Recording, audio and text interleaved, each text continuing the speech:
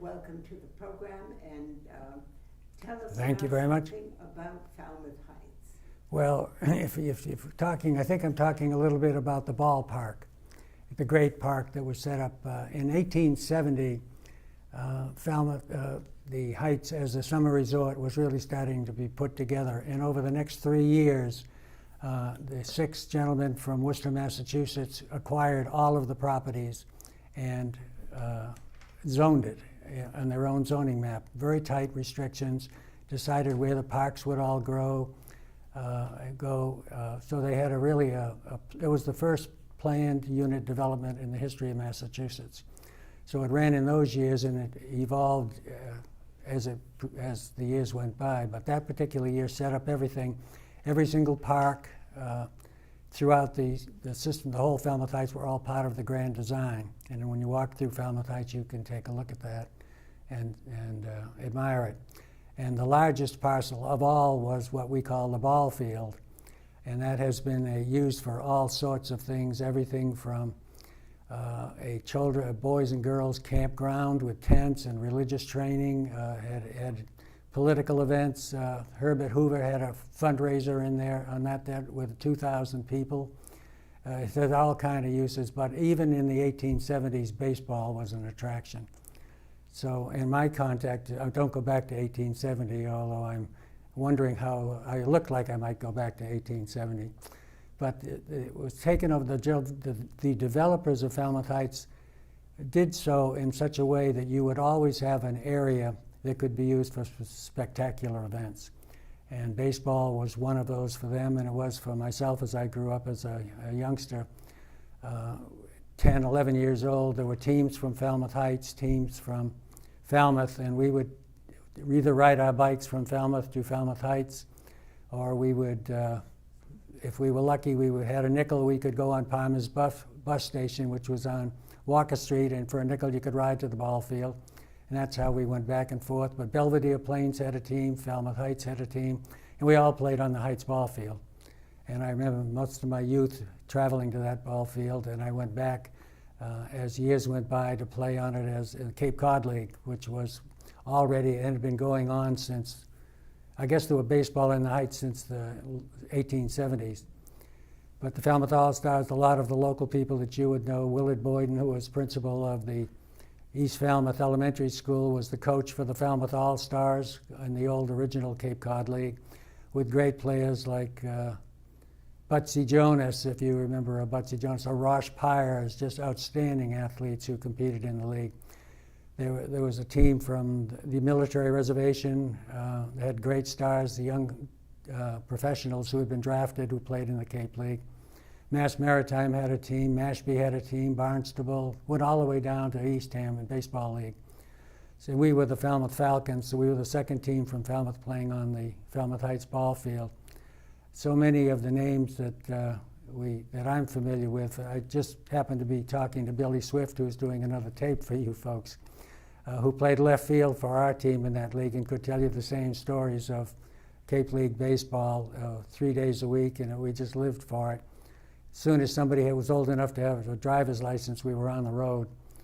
But Norman Allenby, Billy Swift, Charlie Borden, Jack Kavanaugh, a list of 100 people that probably played in the leagues during that decade.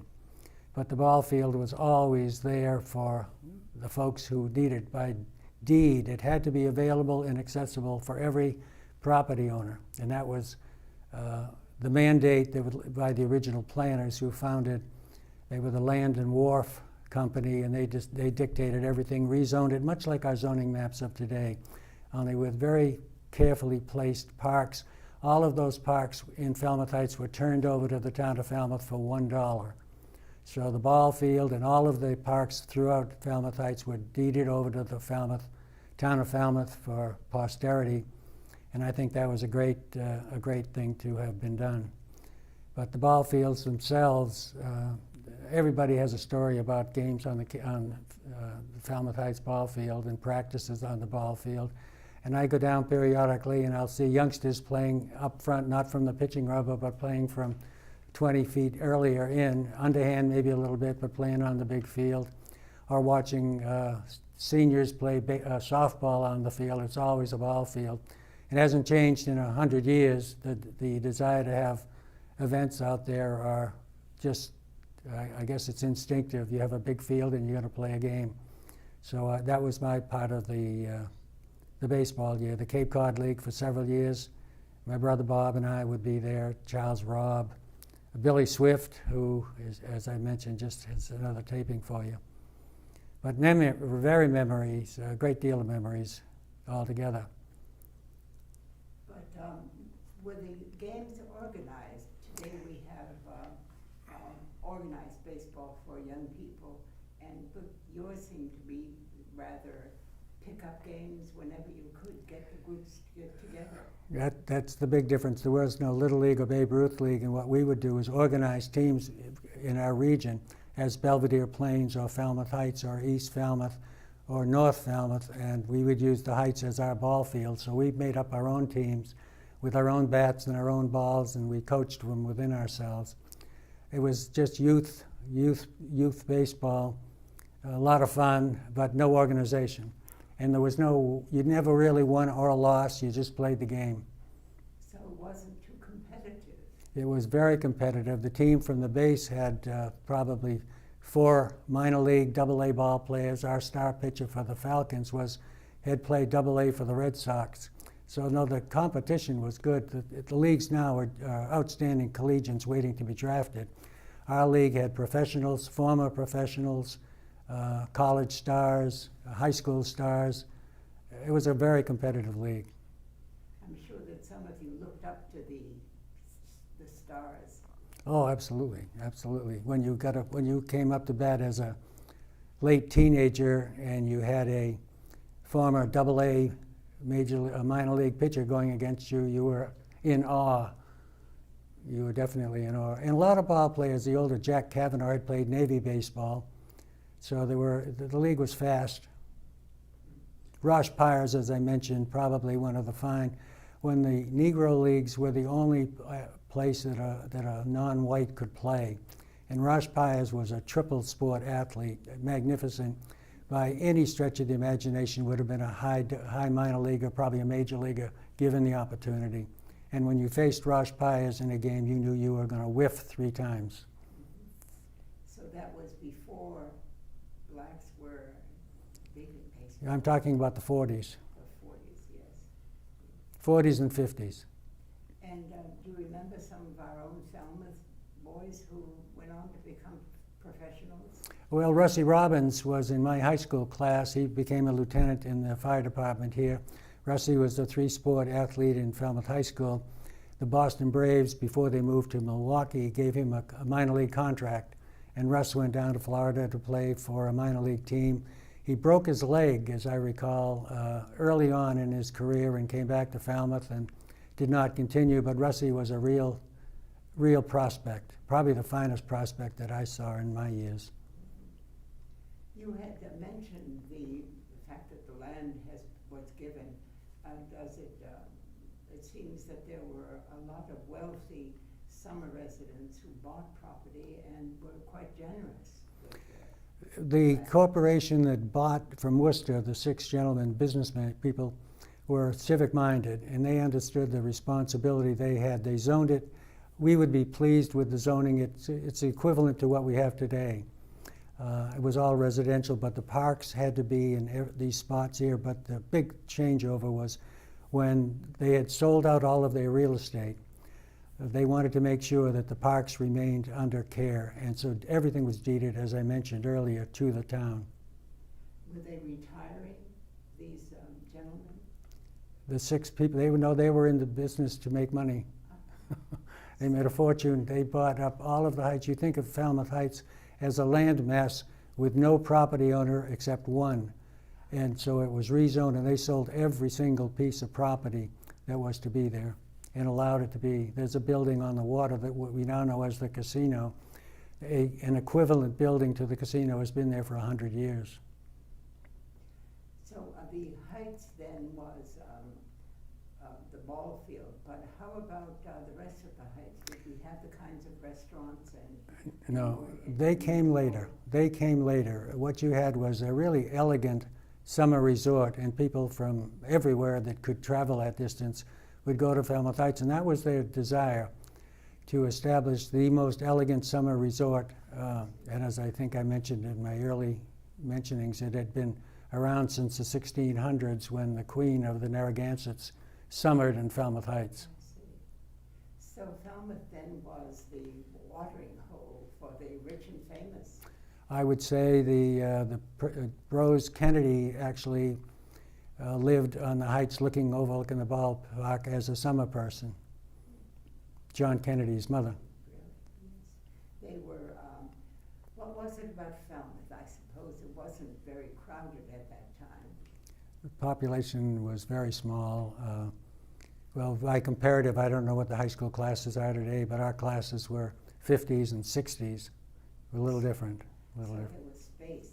Small town and well managed, as it is today, very well managed. But Falmouth has been growing and growing responsibly for some time. Mm-hmm. Do you think that was the climate different then? Do you see for playing outdoors? What did you have any longer summers than we seem to have today? I go back a few years, but not that far, I think. I think the other things that were going on, the beach at Falmouth Heights was deeded over to the town and purchased by private sector people and deeded over. A lot of the Falmouth Heights perks really came by gifting or donating over by a wealthy group that owned the whole Falmouth Heights. One financial institution owned all of the real estate on Falmouth Heights. When those individual owners had property, was the situation the way it was along Surf Drive, where when you owned a house, really not a cottage, but kind of a palace, did you also own the beach? The beach was public, restricted to and mandated that the beach was always accessible to property owners. So there was never a restriction at all. And that was one of the clever things in the deeding. They made sure that the population would get to enjoy the benefits of what they had, including the ball field. Yes. And so when you were playing ball, how about the rules of the game? Did you have to have a ball of a particular weight, or the right kind of bat, or was it? Well, we probably so. I don't think that has changed a whole lot, and we struck out as much as against the good pitchers and walked against the ones who were not quite so good. Did you have your own, had to bring your own ball and bat? Oh, you did always? Well, everybody came with their own bat, and you thought that was magic. And your own glove, everybody had their own glove, sure. Some of those players that you played with, were they at the high school and perhaps on the teams there? We were a mixture. Our particular teams and the Falmouth All-Stars, too, were made up of high school. Russ Robbins, who I mentioned early, who had signed the contract. High school, he played for the All-Stars. I played for the Falcons. A couple of high school players were on the league. The rest were college ball players or players who were really good in high school, maybe played college, who wanted to continue to play. And the Cape League was a fast enough league that they wanted to play in it. It was a good league. It was probably competitive. The better teams would play competitively with the college kids today, and the base team would have the athletes who were minor leaguers who had been drafted into the military were probably the equivalent of almost a AAA team. You never beat them. Most of our ball games today are at Go Fuller Field, but have you seen still pickup games going on today at the ball field? This ball field, Falmouth fortunately has set up ball fields around the town. I guess when my two youngsters played Little League in Babe Ruth, I followed them to their respective game fields. Falmouth is very good and very conscious of youth activities. Yes. Well, I thank you very much for telling us about Falmouth Heights and the baseball field. Well, I thank you for inviting me, and I'm glad that I didn't tell you how many times I struck out in the Cape Cod League. There's a history that I probably should mention without delay. One of the pitchers for our team was named Phil White, and I'll talk about, Phil was a very good pitcher, pitched at the University of Massachusetts and very good in the Cape League. But I think I want to add a little bit to his father and mother, who ran the Lawrence White Dairy on Shore Street. For those who don't remember it, it's right at the foot of, as you come up Clinton Avenue and in Shore Street intersection. But and they actually had a running dairy where they delivered milk in the bottle. But all that was left in my generation was the stalls for the cows, and next to it, the field that had the corn and the hay for the cows. But Phil would be young enough to have remembered when his dad was delivering milk and the cows were being milked on a regular day.